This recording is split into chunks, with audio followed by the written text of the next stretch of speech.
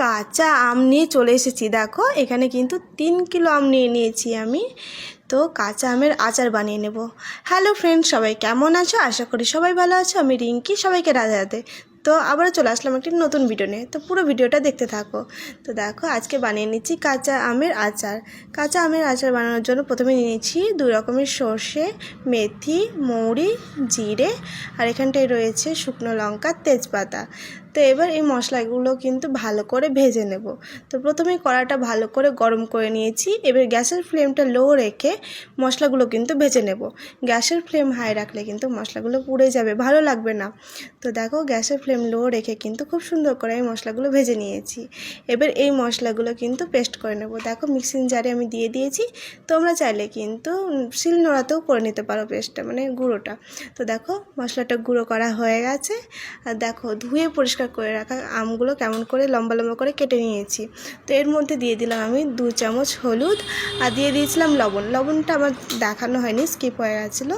তবে ভালো করে মাখিয়ে নেব। দেখো ভালো করে মাখিয়ে নিচ্ছি। হাতের কাছে বড় জায়গা ছিল না বলে কড়াতেই মাখিয়ে নিয়েছি।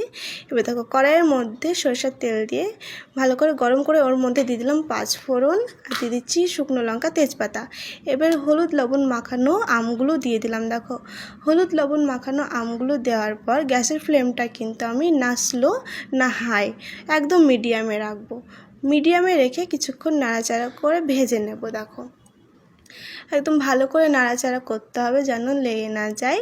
তো দেখো অনেকটাই কিন্তু গলে গলে আসছে, দেখেই বুঝতে পারছো তোমরা। তো আমের আচার খেতে কে কে পছন্দ করো? আমার তো খুবই ভালো লাগে। তো দেখো এবার গুড়গুলো দিয়ে দিলাম আমি। এখানে আমি পাটালি গুড় পেয়েছি। তো তোমরা চাইলে ঝোলা গুড় দিয়েও বানিয়ে নিতে পারো। তা এই গুড়টা গলতে একটু টাইম লাগবে।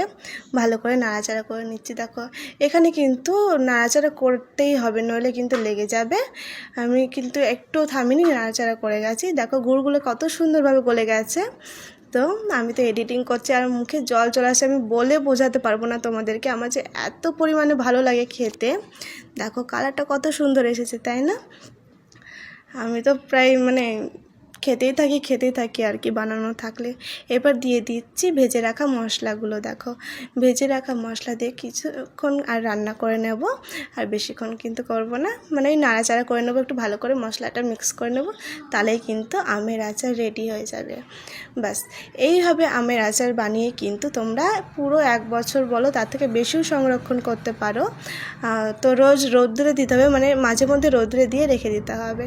তো আমের আচার এখানে রেডি। তো কেমন লাগলো সবাই বলবে। সবাই ভালোভাবে থেকো, সুস্থ থেকো। আর এতক্ষণ আমার ভিডিওটা দেখার জন্য অসংখ্য ধন্যবাদ। Okay bye.